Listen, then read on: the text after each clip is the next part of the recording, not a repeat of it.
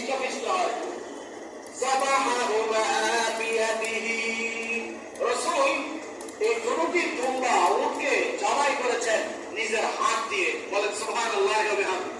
তাহলে আপনার কুরবানির জন্তু হুজুর দিয়ে জবাই করাবেন? আমার কেউ মন খারাপ করিয়ে না, হুজুরা করবে, সমস্যা নেই। কিন্তু রাসূল তার কুরবানি করেছেন নিজের হাত দিয়ে, এটা হলো সবচাইতে ভালো। বলেন সুবহানাল্লাহি ওয়া বিহামদিহি। যদি আপনি পারেন, আপনার যদি শক্তি থাকে, আপনার যদি জবাই করার কানুন মাসআলা যদি আপনার জানা থাকে, কয়টি রথ কাটতে হবে, কোথায় জবাই করতে হবে, কিভাবে করতে হবে, এটা যদি আপনার জানা থাকে, আপনার কুরবানি আপনি নিজ হাতে জবাই করবেন, যেন আপনার মায়া লাগে। এখন তো কিনা জন্তু, মায়া তো আর তেমন নেই।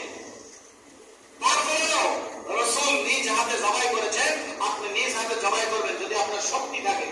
মুসলিম শরীফের আরেক হাদিসের মধ্যে আছে যে যদি শক্তি না থাকে জবাই করা, কারো মাধ্যম দিয়ে যদি করতে হয়, তাহলে সে সময় কমপক্ষে আপনার মালিক সেখানে উপস্থিত থাকবেন, সেখানে আপনি একটু থাকবেন, দাঁড়ানো থাকবেন, আপনার প্রতিনিধি জবাই করবে, এটাও আপনার বৈধ হবে।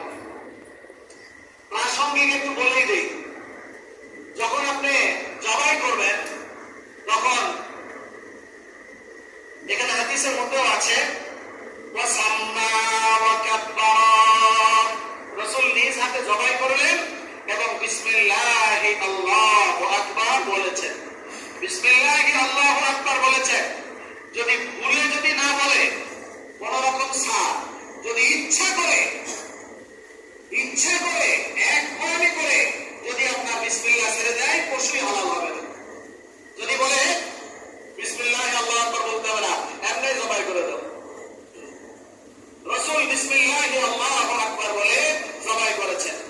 তাহলে যারা জবাই করবে তাদেরকে বিসমিল্লাহি আল্লাহু আকবার কেটে ফেলছে। এখন যদি কেউ চাকু ধরে, ছুরি যদি ধরে, তাহলে তাকেও বিসমিল্লাহি আল্লাহু আকবার বলে চালাইতে হবে। অথবা নিজের পশু নিজেই জবাই করবে, ইচ্ছা প্রথম টানটা দিবে, সেজন্য সেও ধরছে, তার একজন প্রতিনিধিও একসাথে চাকু ধরেছে, দুজনকে বিসমিল্লাহি আল্লাহু আকবার বলতে হবে। বিসমিল্লাহি আল্লাহু আকবার যেন ছুটে না যায়। বিসমিল্লাহি আল্লাহু আকবার।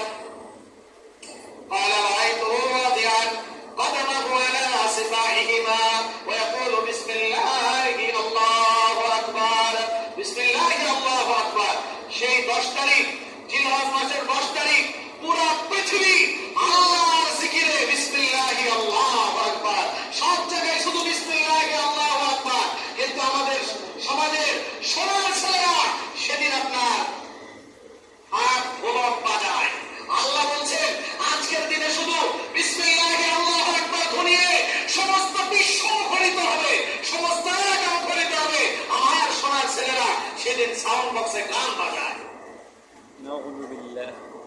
আমি সোনার ছেলেদেরকে আমি বলবো যে আপনারা সেই ইবাদতের দিনকে আপনারা এই সমস্ত কাজে আপনারা নিয়োজিত হবেন না। সেদিন আল্লাহ পাক বলেছেন লিয়াশহাদু মানাফিআ লাহুম, সূরা হজের 28 নম্বর আয়াত, লিয়াশহাদু মানাফিআ লাহুম ওয়া ইয়াযকুরু ইসমাল্লাহি ফি আইয়ামিন মা'লুমাতিন আলা মা রাযাকাহুম মিন বাহিমাতিল আনআম। জিলহজ মাসের 10 তারিখ আমি তোমাদেরকে যে চতুষ্পদ জন্তু দিয়েছি, সেই চতুষ্পদ জন্তু জবাই করার সময় আমি আল্লাহর নামে সমস্ত এলাকা মুখরিত করবা। এটাই তোমাদের আমল, আর অন্য কোনো আমল নয়। সাউন্ড বক্স নয়, গান বাজানোর আসর নয়, আপনার ছোট ছোট মঞ্চ কিছুই না। শুধু মুখরিত হবে সেদিন বিসমিল্লাহি আল্লাহু আকবার, বিসমিল্লাহি আল্লাহু আকবার। আমাদের নির্ধারিত সময় প্রায় শেষের পথে, আমি হাদিসটিও শেষ করেছি। আরেকটি হাদিস, এমার্জেন্সি হাদিস আমি বলছি।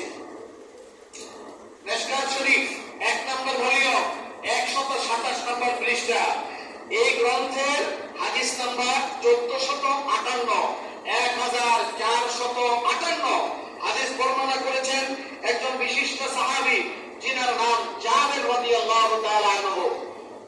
বর্ণনা কে করেছেন? বলেছেন জাবের রাদিয়াল্লাহু আনহু আন জাবির রাদিয়াল্লাহু আনহু أن النبي صلى الله عليه وسلم قال البقرة عن سبعة والجزور عن سبعة بقرة মানে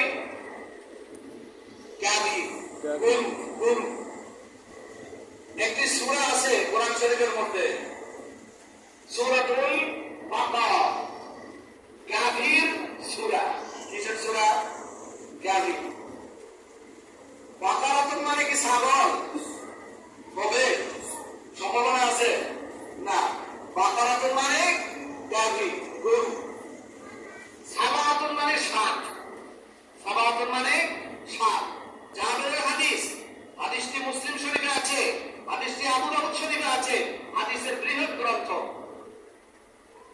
জাবের রাদিয়াল্লাহু আনহু বলেন নবী বলেছেন যে একটি গরু 7 জনের পক্ষ থেকে কুরবানি করতে পারবে আল বাকারাতু একটি গাভী গরু আন সাবাতিন সাবাতুন মানে 7 জনের পক্ষ থেকে কুরবানি করতে পারবে ওয়াল জাজুরু আন সাবাতিন জাজুর মানে উট আন সাবাতিন সাবাতুন মানে 7 সাবাতুন মানে 7 তাহলে একটি উট বড় জন্তু সেটাও আপনার কুরবানি করতে পারবে কয়জনের পক্ষ থেকে 7 জনের পক্ষ থেকে মুসলিম শরীফের হাদিস আবু দাউদ শরীফের হাদিস এখানে আমি রেফারেন্স দিয়েছি মিশকাত শরীফ 1 নম্বর ভলিউম 127 নম্বর পৃষ্ঠা হাদিস নম্বর বলেছি 1458 নম্বর হাদিস 1458 নম্বর হাদিস আরো কিছু আলোচনা আছে আল্লাহ যদি হায়াত বাঁচিয়ে রাখেন আগামী জুমায় ইনশাআল্লাহ আলোচনা করা হবে আলহামদুলিল্লাহ